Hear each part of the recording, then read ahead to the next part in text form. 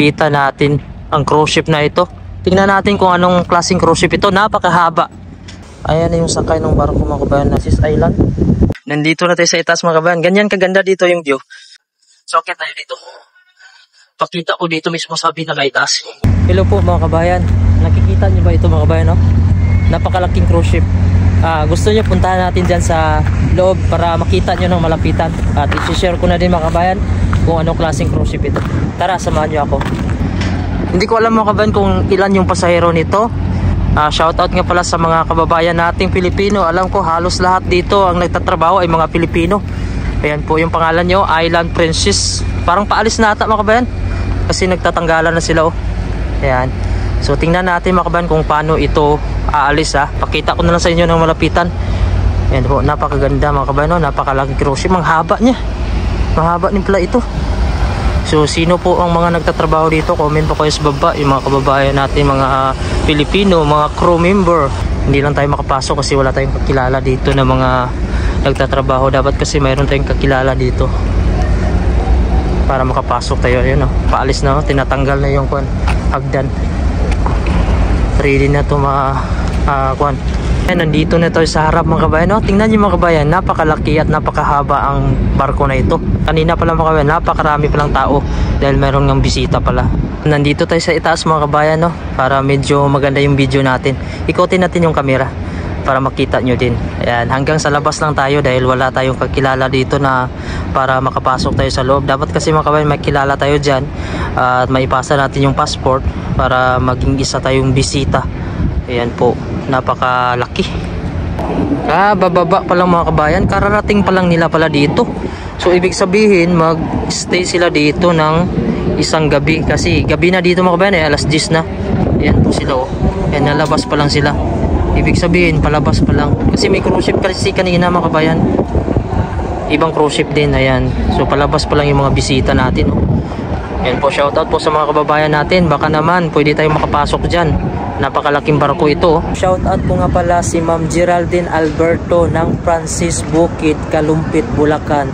Salamat po sa laging panonood sa aking YouTube channel. Mayroon po siya ditong anak na nagtatrabaho sa Greenland. Maraming salamat po and God bless you all. Ayan, tuloy-tuloy yung pagbaba ng mga bisita natin mga kabayan. Mapupuno na naman yung Nok City. Ayan, kasi mga kabayan, summer ngayon, dagsa yung tourist pagka ganito mga cruise ship. Pagka winter mga kabayan, hindi na pwede makapunta dito dahil tumitigas yung mga dagat at maraming mga iceberg at mahirapan sila, masama yung panahon. Kaya yung mga tourist na napunta dito ay airplane lang yung ginagamit papunta dito. So ngayon ay medyo malamig mga kabayan kasi medyo malakas-lakas yung hangin. Ayan po. So napakaganda mga kabayan, maging isang bisita din.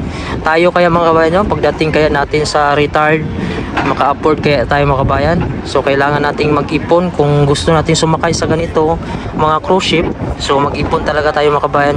Kung ngayon mga kabayan, kung mayroon tayong ipon, pwede na tayong mamasyal mga kabayan kung wala tayong ginagastusan. Pero pag may ginagastusan tayo, mga anak, so pag-aaral pa, so medyo mahirap mga kabayan, magala-gala.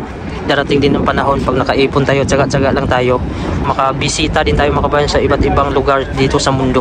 Ayun mga kabayan, ngayon pauwi na tayo ng bahay kasi kuha na, mag alas 10 na ng gabi pero maliwanag pa rin. Ayan, dagsa yung mga tourist ngayon mga kabayan. Sa tingin ko bukas pa yan naalis kasi gabi pa dito, kararating lang nila. Dito kasi sa Greenland pagka ganitong panahon mga kabayan, summer, maraming cruise ship ang pumupunta. Kaya kadalasan sila dito mag-stay sila ng 12 na oras. Ayan, sa umaga darating. So pagkahapon alis na yun kasi may susunod na naman, may schedule kasi yan.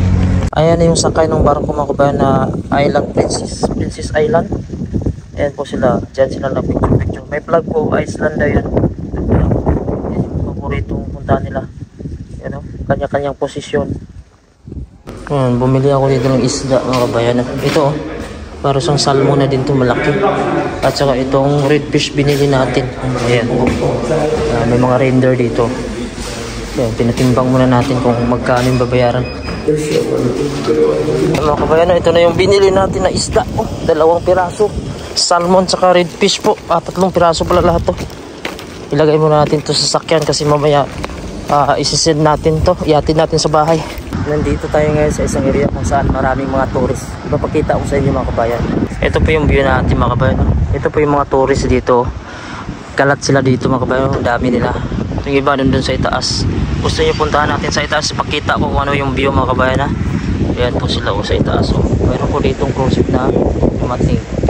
Yung iba dito pumunta sa simbahan. Ayan o, napakarami nila o. Ayan, so nagsa sila dito. Dumating yung barko nila dito kagabi mga kabayan no? So hanggang ngayon, ayan po, hanggang dito sila. Ayan po, ayan. So puntahan natin yung sa itaas mga kabayan. Papakita ko sa inyo ha. Ayun na sila sa itaas mga kabayan no? Ayan. So makita mo kasi mga kabayan pag nasa itaas ka, itong view na to, ang gaganda ng mga bahay dito, makukulay. So tara, samahan nyo ako, akyatin natin to. Ayun, nandito na tayo sa itaas mga kabayan. Ganyan kaganda dito yung view. Ayan, may naglalakad sa baba. Napakarami nila. Ayan, nagkalat sila dito. Siguro nasa 3,000 mahigit itong pasahero ng cruise ship na to. Ayan, tapos dito sa itaas, ayan sila. So akyat tayo dito. Pakita ko dito mismo sa pinaka-itaas kung ano yung nangyayari. Yan, medyo may edad-edad na sakay dito. Mga retired. Punta tayo dun sa kabila. Yan, pamarami nila. Yan. Dito may mga bahay din maganda dito. Yan. So ito yung view dito. Ang bayan. So nakita na kung gano'ng maganda. Ay, maraming bisita dito. Ito yung buong paligid. Ayan. So hanggang dito. Ayan. Ayan. Diyan sila nagpapapicture na yan. Yung statue na yan. Si Juan Hensi Gidi. Yung unang pare na punta dito. Nagdala ng resort. Hanggang dito mga kabayan. No? Napakaraming tao dito. Kahit saan na nagkalat yung mga tourist yun sa gilid. Yung iba yan nag-aantay na ng bus dito. Kasi yung iba babalik. Yung iba papunta. Ayan. Padaanin natin yan kasi priority yan dito mga kabayan. Hindi pwede yan. Hindi mo pagbigyan yung pedestrian lane. Na ganito ka-respetado dito yung mga driver. Ito na po yung isda mga kabayan na red fish. Oh. Ano kaya maganda luto nito na? Yan, napaka-presko talaga. Oh. Yan. Sarap siguro ito mga kabayan. Iskabitsi no? Yan oh. Red fish. 50 Danish kroner ang kilo nito mga kabayan. So murang-mura lang siya. O sa Pilipinas sa peso mga kabayan. I-times mo siya sa kung 50 times 8, 40. So 400 lang to. Isang kilo. Yan oh. Yan. So anong maganda nito mga kabayan? Ang ganda pa ng kuno, presko pa oh. Nilinis na nila to. Yan, napakataba. Tingnan nyo yung laman oh. Yan, red fish. Ayan mga kabayan, ito na po lahat mga kabayan oh. Nahiwa na natin. So tingnan nyo, ito yung paborito ko. Yung malinamnam kasi ito. Yung banda sa may liig. Yan. Hindi na kaya lugi ito mga kabayan. Hindi na mahal mga kabayan oh. Yung 50 Danish kroner yung kilo nitong red fish. Kung sa Pilipinas mga kabayan, nasa 400 pesos yung isang kilo nito. Pero dito, ang kagandahan dito, magtrabaho ka ng isang oras lang, mga 2 kilo na mabili mo nito. Sa Pinas kaya mga kabayan, yung isang oras na pagtatrabaho natin, ano kaya mabili doon, no? Tapos yung buong sahod natin sa isang araw, makakabili din kaya ng masarap na ulam. Ayan, kahit dito, i-compare mo siya mga kabayan, i-convert mo sa piso, mahal talaga siya. Pero pag i-compare mo siya sa sahod per oras, ang layo lang talaga ng diferensya. Yan, dito kahit hindi ka naman mayaman mga kabayan, basta may trabaho ka lang, ay makakabili ka dito ng pagkain na masasarap. Ayan. So ito po mga kabayan oh.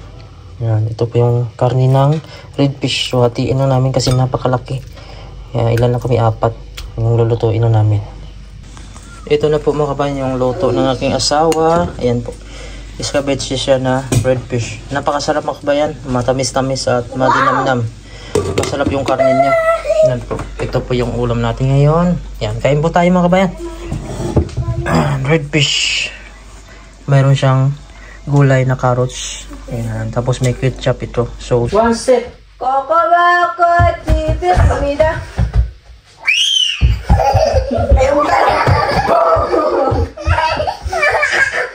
Stop!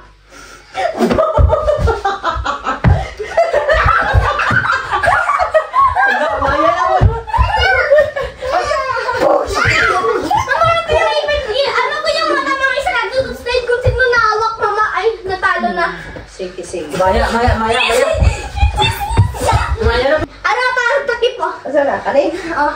Sige. Go, play!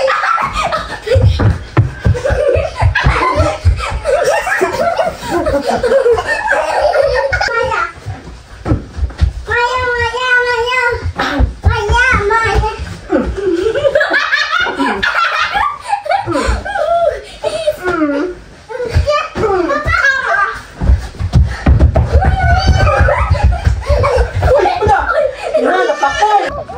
Amaya!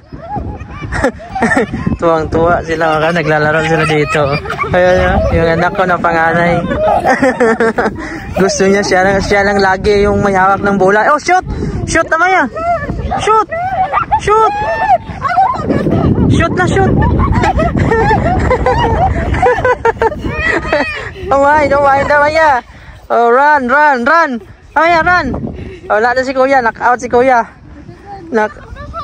Oh. Hala. Pataka ka lang. Pantin na gudara. Oh, sige na. Go. Dali, go. Sige na. Amaya, sipa. Oh, grabe magtakbo. Hala. Tuwang-tuwa sila mga kabayan. Dito lang yung playground malapit sa amin. Ay, okay, Kuya. Oh, shoot na. Oh, Oy, mabanggaan si Amaya. Amaya, shoot. Amaya, shoot na.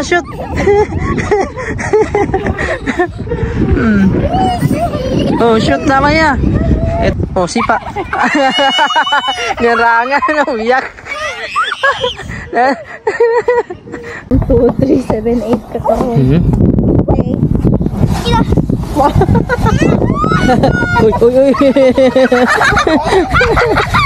Nasangit ang TL. Ayan, dito sila nag-slide sa kahoy na ito mga kabayan. Yung anak ko, inahayaan ko na siya. Marunong na siyang magkuhan mga kabayan. Mag-akyat. Kanina inalalayan ko pa. Yan, binabantayan ko lang. Yan, marunong na siya. Kaso mag-slide siya, nakakulob. Yeah. Ayan po mga kabayan. So ito ay matutulog na kami. So yung mga anak namin kanina pa natulog na. Alas 9 pa to sila natulog. Ang oras natin ngayon ay alas 11. Tingnan natin sa labas ha. Madilim naman dito sa kwarto kasi tinakpan namin ng kortina. Pero dito mga kabayan, binubuksan ko dito yung bintana para may papasok na hangin na lamig. Kasi yung anak namin na bunso, pinapawisan siya. Kaya ayan, nakabukas lang yung bintana na yan. Medyo kita pa nga dito kasi yung kurtina natin hanggang dito lang. Yan, tingnan natin sa labas yung alas 11. Pag wala siyang kurtina mga kabayan, yan, ganyan sa kaliwanag. Ayan po yung alas 11. Yan po. So dito tayo tingin sa kabila. Ayan po. Yan, ganyan kaliwanag yung alas 11 ng gabi. Pinaglalakad pa oh. So kung wala siyang takip ito mga kabayan, yan, sobrang liwanag. Kaya ito yung buhay namin dito kapag summer, kailangan namin takpan ito ng mga kortina. Yan. Didilim naman sa mga kabayan kapag may takip siya. Yan. Ganyan yung itsura. Good morning mga kabayan. So yan, gising na tayo. Tayo na una magising. Yan, tingnan natin dito sa labas kung gaano ka liwanag pa rin. Ayan, ganyan pa rin kaliwanag yung umaga natin mga kabayan. Alas 6 na po ng umaga dito. Ito po yung oras. So kailangan na natin gumising para matrabaho. So yan mga kabayan, 5:30 na po ng umaga. So kailangan natin magbihis, kumain para papasok. Yan, tulog pa yung anak ko. So asawa ko. Mamaya pa yung pasok nila. Yan, punta natin yung trabaho mga kabayan. Tulog pa sila kasi alas 8 yung pasok nila. Sa atin alas 6. Good morning po mga kabayan. Ngayon na papasok na tayo ng trabaho. So ang oras natin ay alas 5:55 na. So 5 minutes na ng kabayan bago mag alas 6. Medyo malapit na naman yung trabaho natin. Diyan na naman sa unahan. Ito po yung labas natin mga kabayan. So maliwanag mga kabayan yung alas 5:55 na ng umaga. So ilang minuto na lang mga kabayan, no? Pasok na natin. Nandyan na naman sa unahan yung trabaho natin mga kabayan. Magsasakyan na naman tayo. Medyo maulan na ngayon. No? So gumigising pala ako dito mga kabayan. No? 5:30 nag-alarm ako. Tapos pagka medyo nahirapan pa akong gumising mga kabayan, iidlip pa ako yan mga 10 minutes. Kasi parang ang hirap gumising dito talaga sa Greenland dahil malamig. Parang ayaw kong pumasok. Pero wala tayong magawa dahil wala mga kabayan eh. Wala tayong pambayad eh. Wala tayong maipon kapag hindi tayo papasok dahil nga dito ay per hour yung trabaho. Tapos pag 5:40 mga kabayan, bangon ako niyan. Kain ako ng mga 10 minutes. Tapos 5:50, and bihis na ako mga kabayan. Mga 5:55, nandito na tayo sa baba. Tapos alas 6 karating na tayo ng trabaho. Yan, medyo maulan-ulan lang, oh. Basa yung kuha natin sasakyan. Ayan po, ito po yung umaga natin mga kabayan, ang linis ng kalsada. Pag mga alas 6 mga kabayan, no, ang mga tao ay bihira lang lumalabas. Kadalasan dito lumalabas pag pupunta ng trabaho ay alas 7 talaga. Alas 7, alas 8. Ayan, so sa ngayon kung napapansin nyo, ilan-ilan lang yung may tao dito sa kalsada. Yung mga lang may pasok na mga alas 6. Ayan, ito na po yung street mga kabayan kung saan kami dumadaan papunta sa trabaho. Doon po sa baba mga kabayan, yung building, unang building na tinrabuhan natin nung dumating tayo dito. Mga puti yung building dito. Pero doon sa tinrabuhan namin mga kabayan ay kulay-kulay po siya. Pero ito yung pinakahuli. Ayan yung building na yan. Kasi diba, 7 building ito mga kabayan, no? Yung project namin dito. Halos mag2 taon din nung trabaho namin dito. Ito po na project na yan. Ayan, may blue, may green, yellow po yung kulay nito.